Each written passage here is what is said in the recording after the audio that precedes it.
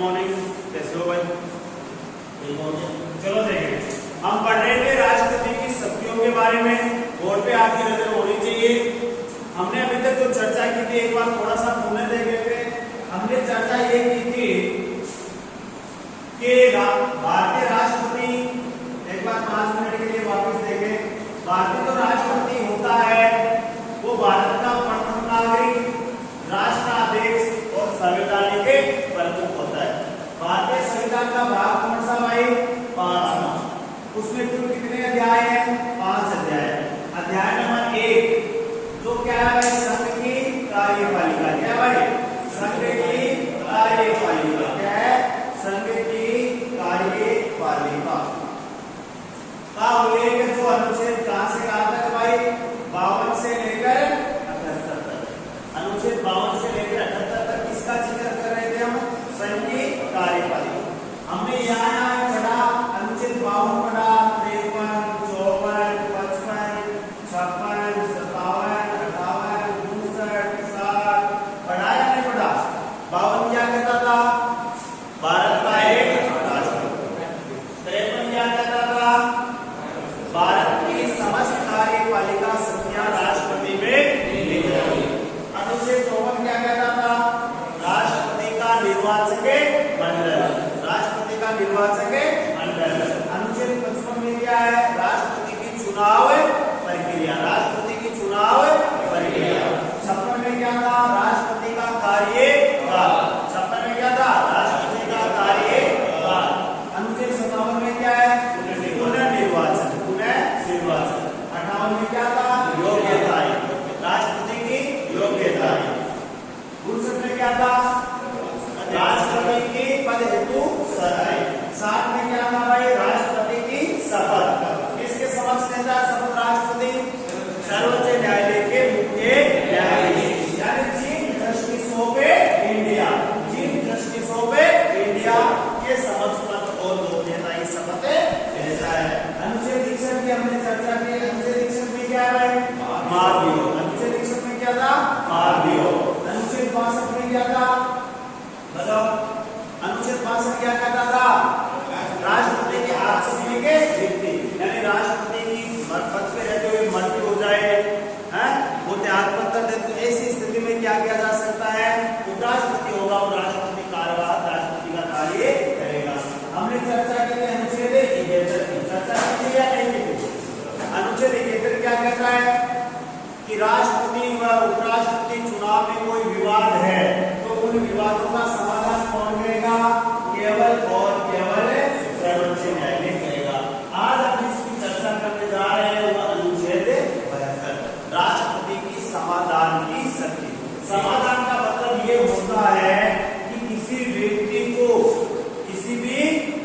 को हाईकोर्ट या supreme court के द्वारा, किसी भी व्यक्ति को हाईकोर्ट या सुप्रीम कोर्ट के द्वारा दोषी ठहरा दिया, अपराध के लिए दोषी ठहरा दिया गया है और उसे सजा सुनाई गई है, तो ऐसा व्यक्ति राष्ट्रपति के समक्ष अपनी याचिका या अपना प्रार्थना पत्र दे सकता है। तो राष्ट्रपति की समाधान की शक्ति कहां पर है भाई? अनुच्छेद 72 में। राष्ट्रपति के पास में 5 प्रकार की समाधान शक्तियां हैं जिनका वह प्रयोग कर सकता है। पहले आती है पूर्ण समाधान। पूर्ण समाधान की शक्ति समझ लेना, एक माइंड के। पूर्ण समाधान का मतलब है कि जिस व्यक्ति पर अपराध का दोष सिद्ध हो गया है, उसे सजा सुनाई जा चुकी है, उन दोनों को सजा से और अपराध से, सजा से व अपराध दोनों से मुक्त कर देना, दोनों से बरी कर देना क्या कहलाती है? पूर्ण समाधान। यानी किसी व्यक्ति को मान लो मृत्युदंड की सजा सुनाई गई। किसकी सजा सुनाई गई भाई? मृत्युदंड मतलब फांसी की सजा सुनाई गई। तो उस प्लस में ये कहा गया कि अमुक व्यक्ति ने क्या किया है? हत्या की है या मर्डर किया है, तो सजा क्या हो गई? मृत्युदंड हो गई। अपराध क्या था? हत्या का था। तो दोनों से उस व्यक्ति को बरी कर देना क्या कहलाती है? पूर्ण समाधान। क्या कहलाता है? पूर्ण समाधान। वापिस सुन लेना, राष्ट्रपति के पास में 5 प्रकार की समाधान शक्तियां प्राप्त है। कितने प्रकार की भाई? 5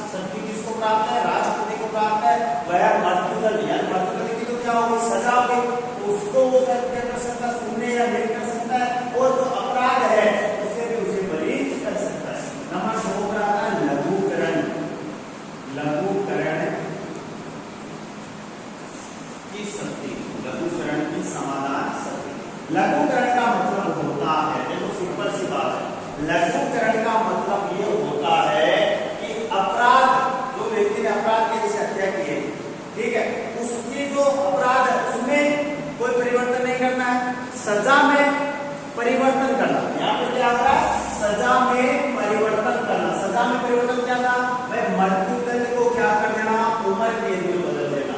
मृत्युदंड को क्या कर देना, उम्र कैद में बदल देना। उम्र कैद में बदल देना क्या कहलाते हैं भाई, लघुकरण। यानी राष्ट्रपति के पास में 5 प्रकार की समाधान शक्तियां होती है। पहली है पूर्ण समाधान। पूर्ण समाधान का मतलब ये होता है कि सजा में और अपराध दोनों से व्यक्ति को क्या कर देना, बरी कर देना। दूसरी होती है लघुकरण की शक्ति। लघुकरण की शक्ति में क्या होता है कि सजा की प्रकृति में परिवर्तन करना। सजा की जो प्रकृति है, यहाँ प्रकृति किस प्रकार की है भाई, फांसी देने। किस प्रकार की हो रही है, फांसी। सजाएं देना, अरे सजाएं देना, फांसी देना। तो इस सजा की प्रकृति में परिवर्तन करना। अपराध को दोष मुक्त नहीं कर रहे हैं, अपराधी को बरी नहीं कर रहे हैं, बल्कि जो मृत्युदंड सजा उसको किसमें कर रहे हैं भाई, उम्र कैद में। उसको किसमें कर रहे हैं, उम्र कैद में। नंबर 3 पर जो आते हुआ है परिहार। परिहार, परिहार का मतलब होता है कि यदि व्यक्ति की जो सजा है, व्यक्ति की सजा को कम करना। व्यक्ति की सजा को कम करना। व्यक्ति की सजा को कम करने का मतलब सीधा साधा सा है, यदि व्यापक, देखो यहाँ पर तो क्या हो रहा है, सजा की प्रकृति में परिवर्तन हो रहा है। क्या हो रहा है भाई, सजा की प्रकृति में परिवर्तन। यानी मृत्युदंड को किस में बदल रहे हैं, उम्र कैद में। तो सजा की प्रकृति में क्या हो रहा है, परिवर्तन हो रहा है। यहाँ क्या होगा, सजा की प्रकृति में परिवर्तन नहीं होगा। किसी व्यक्ति को मान लो 10 वर्ष की सजा सुनाई गई, तो उस व्यक्ति की सजा को कितने वर्ष कर देना, 5 वर्ष कर देना। क्या कहलाता है, परिहार कहलाता है। क्या कहलाता है भाई, परिहार कहलाता है। यानी सजा की प्रकृति में परिवर्तन के बिना, सजा की प्रकृति। अनुच्छेद 72 राष्ट्रपति की वित्तीय शक्ति। वित्तीय शक्ति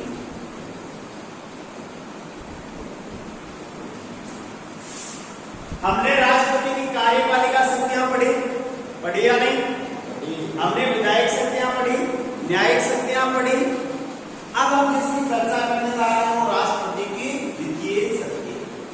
राष्ट्रपति की वित्तीय शक्तियों में सबसे पहले हम इसकी चर्चा करेंगे वो यह है कि वित्त विधेयक और धन विधेयक। कौन सा भाई, वित्त विधेयक अनुच्छेद 117 और धन विधेयक। कौन सा भाई, धन विधेयक अनुच्छेद 112। धन विधेयक अनुच्छेद 110। धन विधेयक अनुच्छेद 110। इन दोनों विधेयकों को संसद में पेश करने से पूर्व राष्ट्रपति की क्या लेनी पड़ती है, अनुमति। वापिस सुन लेना, 2 विधेयक हैं, वित्त विधेयक और धन विधेयक। इनको संसद में प्रस्तुत करना या पेश करने से पहले किसकी अनुमति लेनी पड़ती है, राष्ट्रपति की अनुमति लेनी पड़ती। कोई दिक्कत की बात नहीं। नेक्स्ट, प्रत्येक वर्ष राष्ट्रपति एक वित्त वर्ष का जो बजट होता है वह लोकसभा में क्या करवाता है, पेश करवाता है।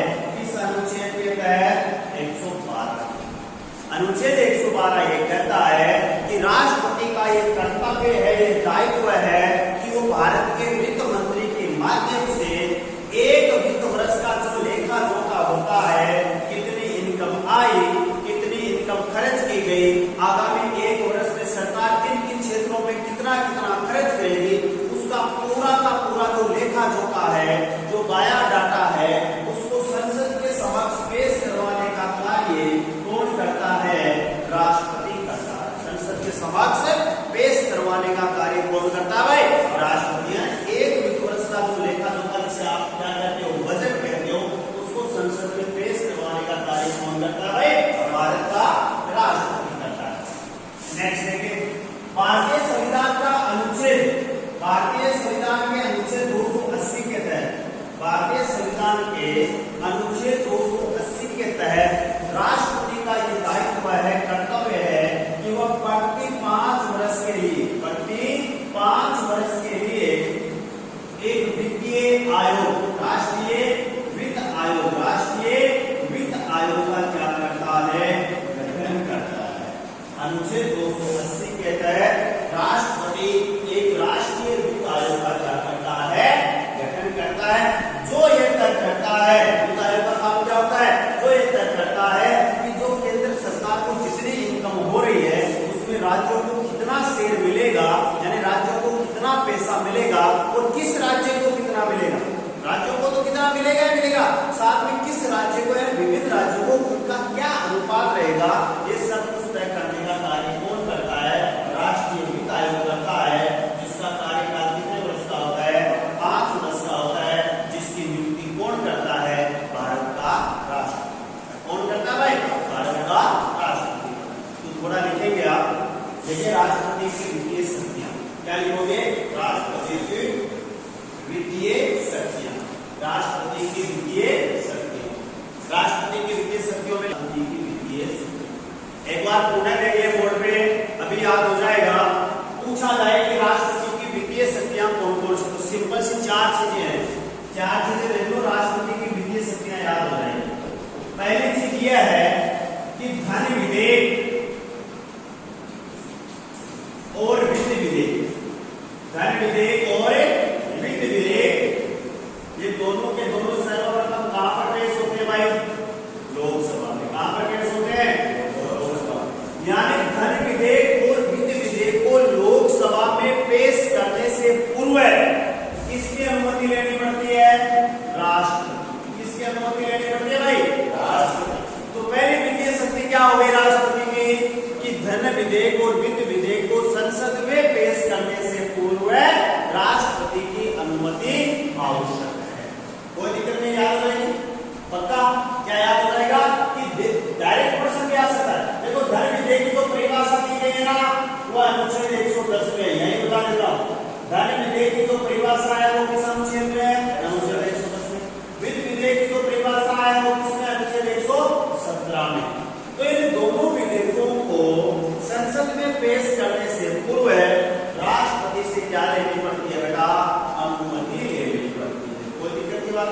नेक्स्ट ये कहता है कि भारत का जो एक वित्त वर्ष, भारत में वित्त वर्ष कब से कब चलता है भाई, 1 अप्रैल से लेकर 31 मार्च, 1 अप्रैल से लेकर 31 मार्च तक जो एक वित्त वर्ष होगा ना, उस वित्त वर्ष में सरकार को कितना इनकम प्राप्त हुआ, यानी टैक्स वैक्स जीएसटी कितना प्राप्त हुआ और सरकार ने उसमें से कितना खर्च किया गया, और आगामी 1 वर्ष में सरकार किन किन क्षेत्रों में कितना कितना पैसा खर्च करेगी, ये तमाम योजनाएं, ये तमाम तथ्य जिसे आप क्या कहते हो, बजट कहते हो, इस बजट को पेश करवाने का कार्य भी कौन करता है, राष्ट्रपति करता है। किस अनुच्छेद के तहत, अनुच्छेद 112 के तहत प्रति वर्ष राष्ट्रपति संसद में वित्त मंत्री के माध्यम से, वित्त मंत्री के माध्यम से बजट पेश करवाता। कोई दिक्कत की बात नहीं, ये अनुच्छेद याद कर लेना। बजट शब्द का वैसे संविधान में कहीं जिक्र नहीं है, लेकिन बजट जो पेश, हम जो बोलचाल की भाषा में कहते हैं, उसको अनुच्छेद 112 के तहत संसद में पेश करवाता है और राष्ट्रपति। धन विधेयक की परिभाषा अनुच्छेद 110 में, धन विधेयक को परिभाषित करने का कार्य लोकसभा अध्यक्ष से करता है। तीसरी हमने जो चीजें लिखी क्या, तीसरी हमने बात बताई कि प्रति 5 वर्ष के लिए, प्रति 5 वर्ष के लिए एक राष्ट्रीय वित्त आयोग बनेगा। क्या बनेगा भाई, राष्ट्रीय वित्त आयोग बनेगा।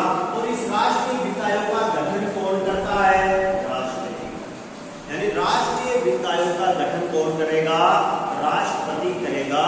किस अनुच्छेद के तहत करता है, अनुच्छेद 280 के तहत करता है। किस अनुच्छेद के तहत, 280 के तहत। और कितने वर्ष के लिए, 5 वर्ष के लिए। काम क्या होता है इसका, काम ये होता है कि किस राज्य को, किस केंद्र शासित प्रदेश को, किस क्षेत्र को कितना पैसा सरकार देगी, ये तमाम जो प्रतिशत वगैरह निकालने का कार्य है, किसको कितना डोनेट किया जाएगा, उसकी हिस्सेदारी कितनी होगी, उस राज्य की कितनी होगी, उस विभाग की कितनी होगी, ये तय करने का कार्य कौन करता है, राष्ट्रीय वित्त आयोग। और लास्ट लाइन हमने जो सबसे महत्वपूर्ण लिखी अभी, ये लिखी कि जो भारत की आकस्मिक निधि है, 2 प्रकार की निधि होती है, एक तो होती है स्थायी निधि और एक होती है आकस्मिक निधि। आकस्मिक निधि, तो स्थायी निधि है भारत की, ठीक है, उस पर लोक संसद का अधिकार होता है। किसका अधिकार होता है भाई? संसद। यानी संसद तीनों सेनाएं कौन कौन से हो गए भाई? वायु, जल और थल। तीनों सेनाओं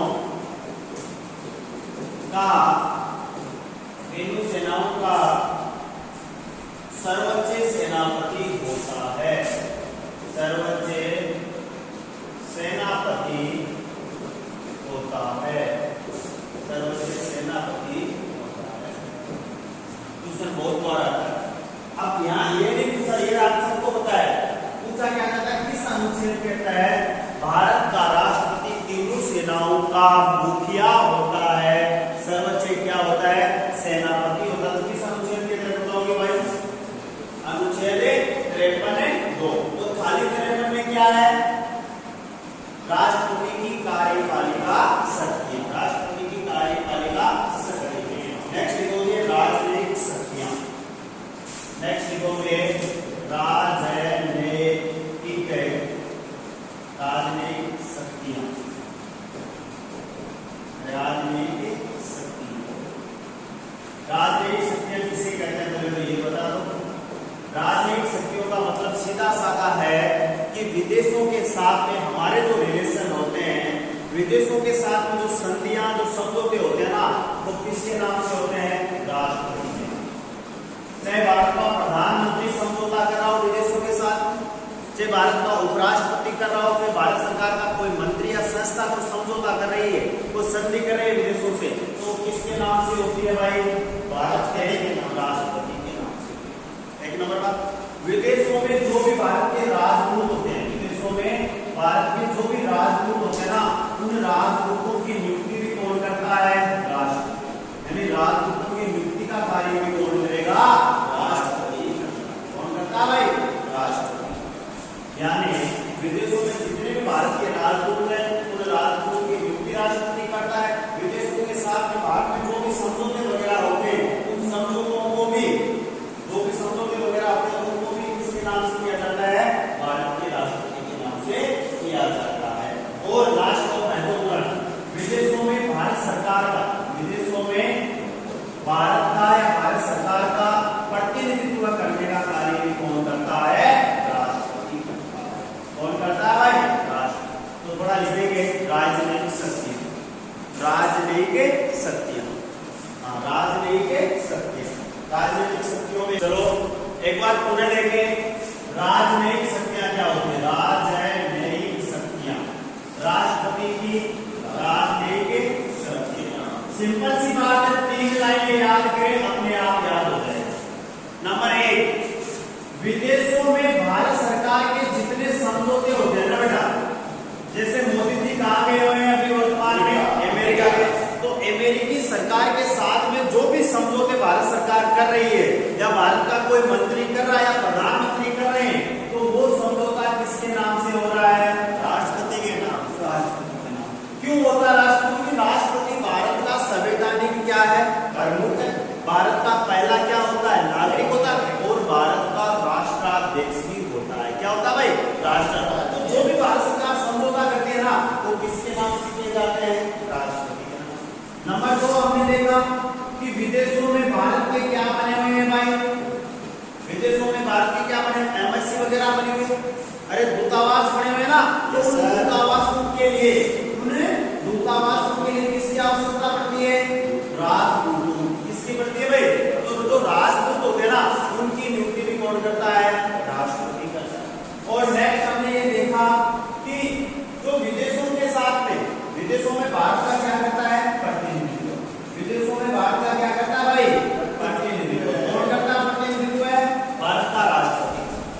और विदेशों के जो राजदूत भारत में आते हैं, विदेशों के जो राजदूत आते हैं भारत में, हमारे राजदूत आते हैं बाहर, तो विदेशों के भी यहाँ अमेरिका का आ गया, पाकिस्तान का, श्रीलंका, जितने देशों के राजदूत आते हैं भारत में, दिल्ली में उनके ऑफिस, तो उन राजदूतों को भारत में रखने, उनकी सुरक्षा, उनकी देखभाल करने का कार्य तो भारत सरकार होता है। वो कौन करता है? राष्ट्रपति। कौन करता है?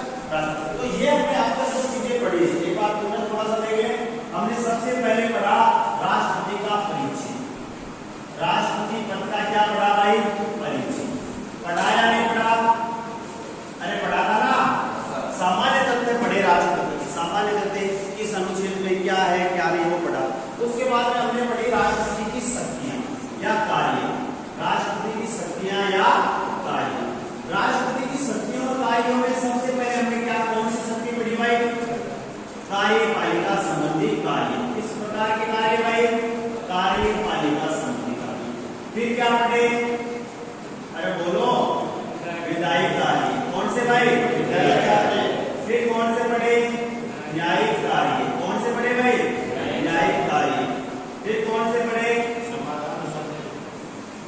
कौन से पढ़े? समाधान की शक्तियां। कौन सी?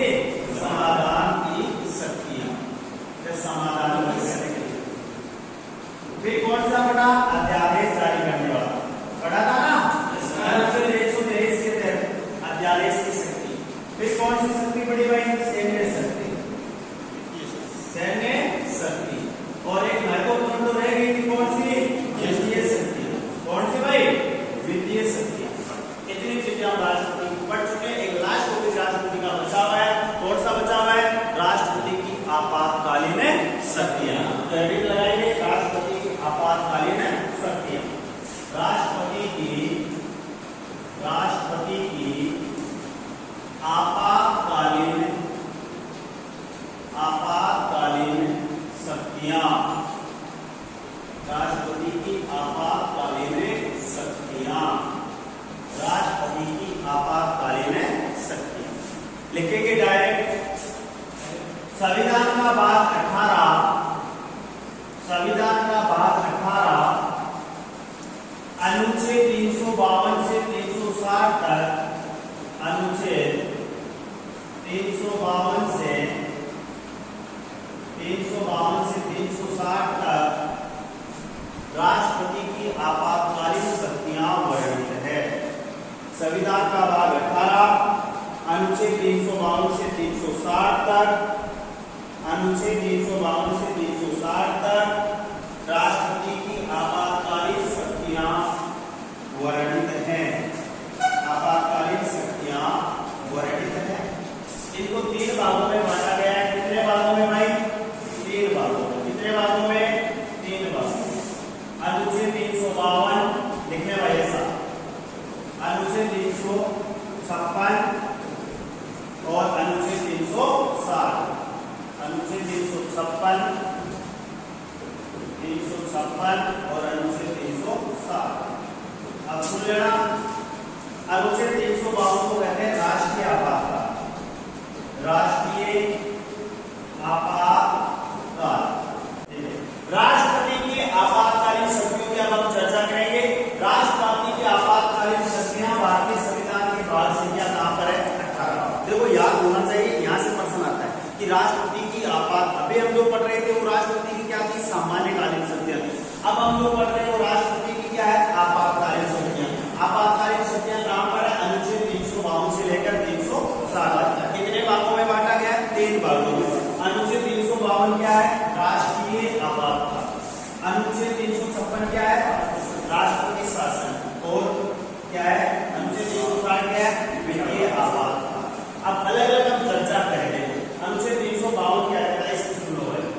अनुच्छेद 352 ये कहता है कि यदि युद्ध, क्या भाई? युद्ध, बाहरी या बाह्य आक्रमण या सशस्त्र विद्रोह, क्या भाई? सशस्त्र विद्रोह,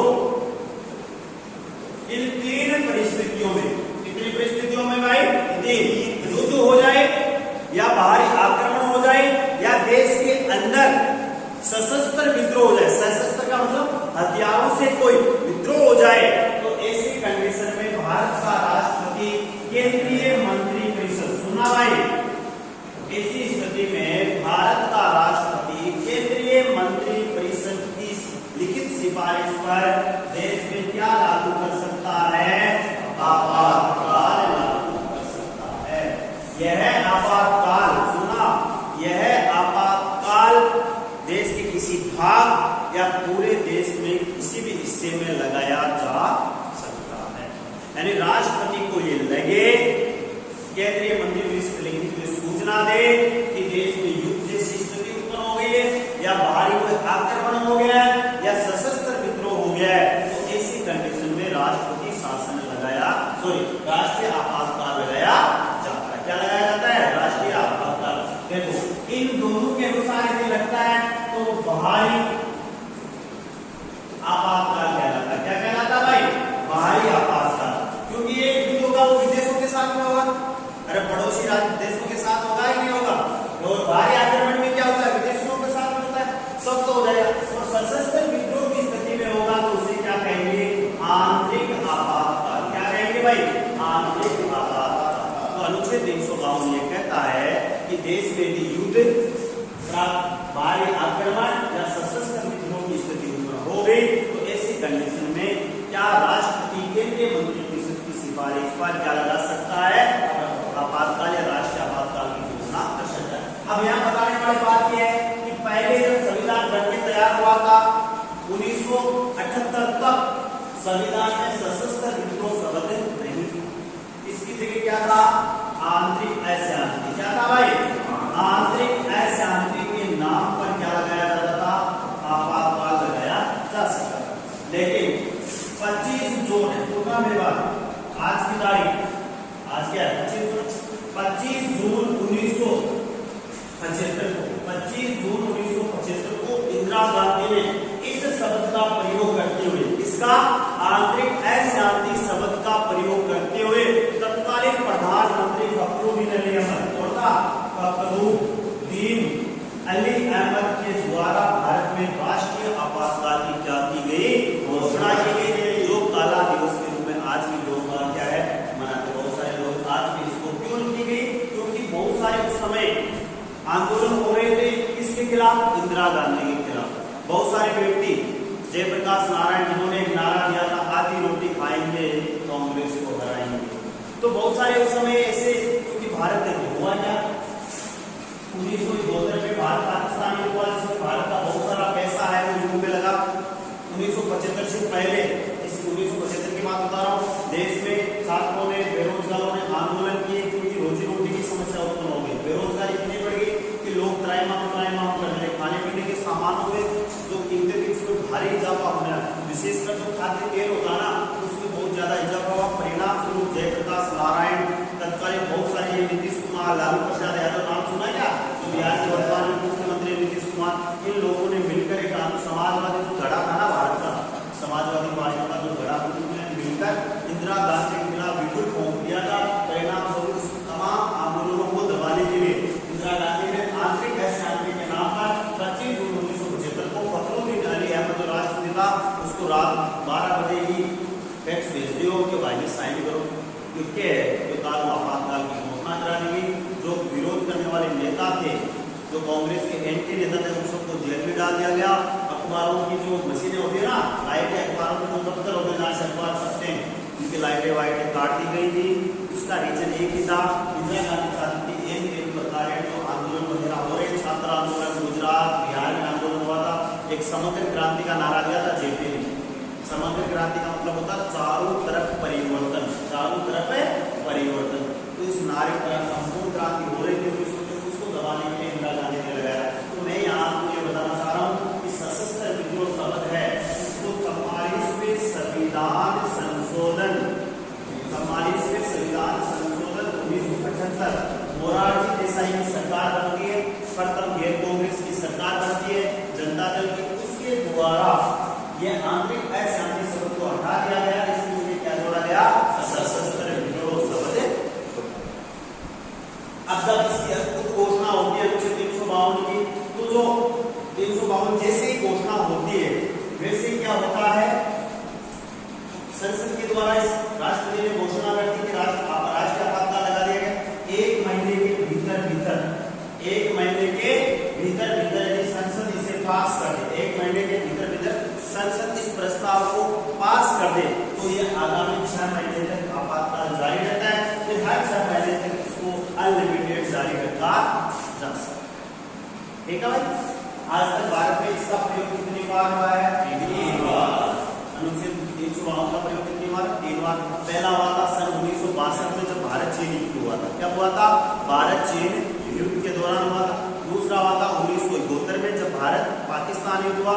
और तीसरा इंदिरा गांधी के दौरान, मैंने अभी अभी बताया आपको, 25 जून 1975 को। 25 जून ये सबसे ज्यादा पूछा जाता है कि आंतरिक अशांति के नाम पर भारत में अब तक कितनी बार आपातकाल लगा है? 1 बार। आंतरिक अशांति के नाम पर भारत में अब तक कितनी बार आपातकाल लगा? 1 बार। कब लगा? 25 जून 1975 को। किसने लगाया? फखरुद्दीन अली अहमद, जो उस समय भारत के क्या थे? राष्ट्रपति थे। क्या थे भाई? आज तक राष्ट्रपति थे। उस समय भारत में प्रधानमंत्री कौन थी? इंदिरा गांधी थी। कौन थी भाई? इंदिरा गांधी। नेक्स्ट चर्चा करें अनुच्छेद 356, जिसको सामान्य बोलचाल में क्या कहते हैं? संविधान में क्या लिखा है? राज्य में संवैधानिक तंत्र की विफलता। राज्य में संवैधानिक तंत्र की विफलता। जैसे आपातकाल की घोषणा हुई, सुनना मेरी बात, राज्य सूची पर कानून कौन बनाती है? राज्य सरकार बनाती। जैसे आपातकाल की घोषणा हुई, जैसे ही क्या हुई? आपातकाल की घोषणा हुई, इस राज्य सूची के विषयों पर कानून बनाने का अधिकार किसके पास में चला जाता है? संसद के पास। किसके पास में? संसद के पास। सबसे पहले जो अनुच्छेद 356 का प्रयोग हुआ था वो 1951 में हुआ था, पेट सूत्रांत। कहां पर हुआ था भाई? पेट सूत्रांत। तो तुम्हारा पहले भी आया था ना पेट सूत्रांत। अरे पेट सूत्रांत में सबसे पहले राजेंद्र प्रसाद ने क्या किया था? निलंबनकारी बिलों का उपयोग किया था। तो पेट सूत्रांत में 1951 में सबसे पहले, पेट सूत्र पंजाब पटियाला का जो क्षेत्र है ना, रियासत का क्षेत्र, वो पेट सूत्र कहलाता था। पेट सूत्र पंजाब पटियाला का जो डिस्ट्रिक्ट का क्षेत्र है वो क्या कहलाता था? पेट सूत्र हुआ था। राजस्थान में अनुच्छेद 356 का प्रयोग कितनी बार हुआ है? 4 बार। कितने बार हुआ भाई? 4 बार हुआ है। कब कब हुआ है? 1967, 1977, 1980 और 1992। ठीक है। यहाँ मुख्यमंत्री कौन था? देवेंद्र सिंह शेखावत। यहाँ पे मुख्यमंत्री कौन था? देवेंद्र सिंह शेखावत। यहाँ था कौन भाई? राजस्थान में सबसे ज्यादा बार समय तक कौन रहा मुख्यमंत्री? राजस्थान में सबसे ज्यादा समय तक मुख्यमंत्री रहने का कार्य किसने किया था? मोहनलाल जी सुखाड़िया। 17 वर्ष तक सबसे ज्यादा समय तक मोहनलाल जी सुखाड़िया है। मोहनलाल जी सुखाड़िया के समय यहाँ हरिदेव जोशी के समय भी लगा। तो राजस्थान में 4 बार लगा। सिंपल सी बात है, सबसे ज्यादा लगा कहाँ पर? मणिपुर, 10 बार। सबसे ज्यादा कहाँ लगा? मणिपुर। ठीक है। सबसे ज्यादा किसने लगाया? इंदिरा गांधी। सबसे ज्यादा किसने लगाया? लगभग 150 बार इंदिरा गांधी ने इसका क्या किया है? यूज किया। 150 बार अलग अलग इंदिरा गांधी ने इसका यूज किया है।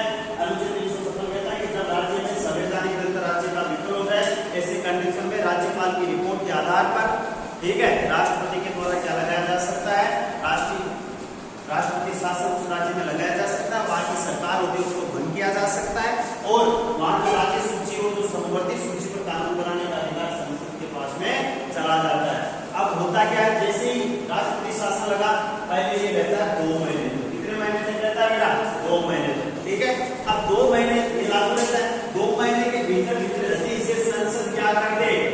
पारित कर दे। संसद इस प्रस्ताव को क्या कर दे बेटा? पारित कर दे। तो ये 6 महीने तक रहता है। कितने महीने तक रहता है भाई? 6 महीने। फिर ऐसे ऐसे करके अधिकतम ये कितने वर्ष तक रह सकता है? 3 वर्ष।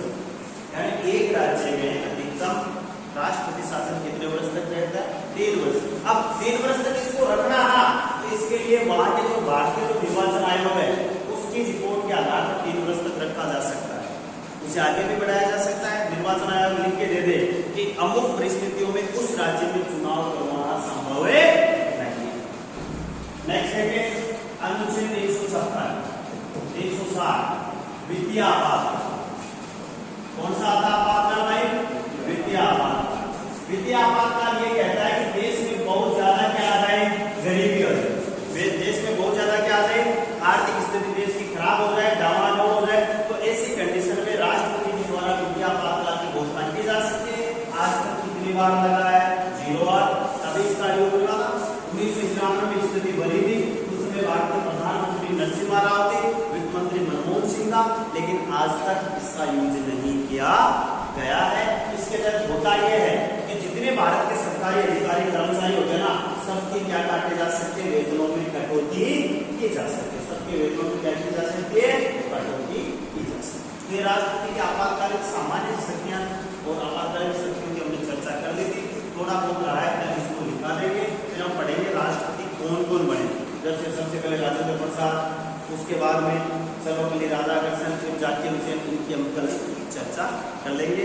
अब मैं आपको बता देता हूँ, तो ऑनलाइन वाले उनको भी बता देता हूँ, और आप ये जो चीजें हम पढ़ रहे हैं, ये जितने भी कंपटीशन है, चाहे वो सुना रहेगा, भारत के जितने ही कंपटीशन हैं, चाहे भारत के हो, चाहे राजस्थान के हो, चाहे एयरफोर्स के हो, चाहे नेवी के हो, चाहे डिफेंस के हो, चाहे एसएससी के हो, चाहे पटवारी, ग्राम सेवक, बीएसटीसी, किसी भी प्रकार की आप एग्जाम दे रहे हो, यहाँ से कितना मैंने 10-12-15 क्लास में पढ़ा, यहाँ से आपको 2-4-5% अवश्य मिलेंगे। पहली बात ये। दूसरी बात, ये जो हम टॉपिक अभी पढ़ रहे हैं, जो एमडीएस जो यूनिवर्सिटी है, महर्षि दयानंद जो सरस्वती विश्वविद्यालय, उसकी जो सेकेंड ईयर क्लास है, बीए सेकेंड ईयर का जो फर्स्ट पेपर है, सॉरी सेकेंड पेपर है ना, उसका ये पार्ट है जो अभी वर्तमान में हम जो पढ़ रहे हैं। ये एमडीएस यूनिवर्सिटी के जो सेकेंड ईयर है, उसका सेकेंड पेपर है भारतीय राज्य व्यवस्था। जो सेकेंड किताब चलती है सेकेंड ईयर में, वो ये तथ्य, तो सेकेंड ईयर के बच्चे जो देख रहे हैं, इनके नोट्स आप बना सकते हो। टेलीग्राम जो मेरा चैनल है, उसमें भी आपको मिल जाएंगे पॉलिटी बाय दिनेश, ये जो इसके बाकायदा आपको नोट्स वगैरह मिल जाएंगे। दूसरी बात मेरा कहना है, उसके साथ साथ 11वीं में किताब चलती है, ये न केवल एमडीएस यूनिवर्सिटी में आपका सेकंड जो बीए सेकंड है, उसका सेकंड किताब है, बल्कि जो 11वीं की जो किताब है, जब बच्चा 10वीं पास कर लेता है, फिर उसके समक्ष होता है भाई आर्ट्स लेगा साइंस लेगा, तो जो आर्ट्स के बच्चे हैं, उनके जो 11वीं की किताब चलती है ना, वो भी यही सेम पार्ट है। पहला पार्ट आता है संविधान किसे कहते हैं, वहाँ पहला पार्ट ये संविधान क्यों और कैसे। दूसरा फिर वही आता है राष्ट्र संसद के बारे में। तीसरा मूल अधिकार करते हैं। तो ये पार्ट हम डीपली पढ़ रहे हैं, तो इनकी आप चर्चा आराम से देख सकते हो।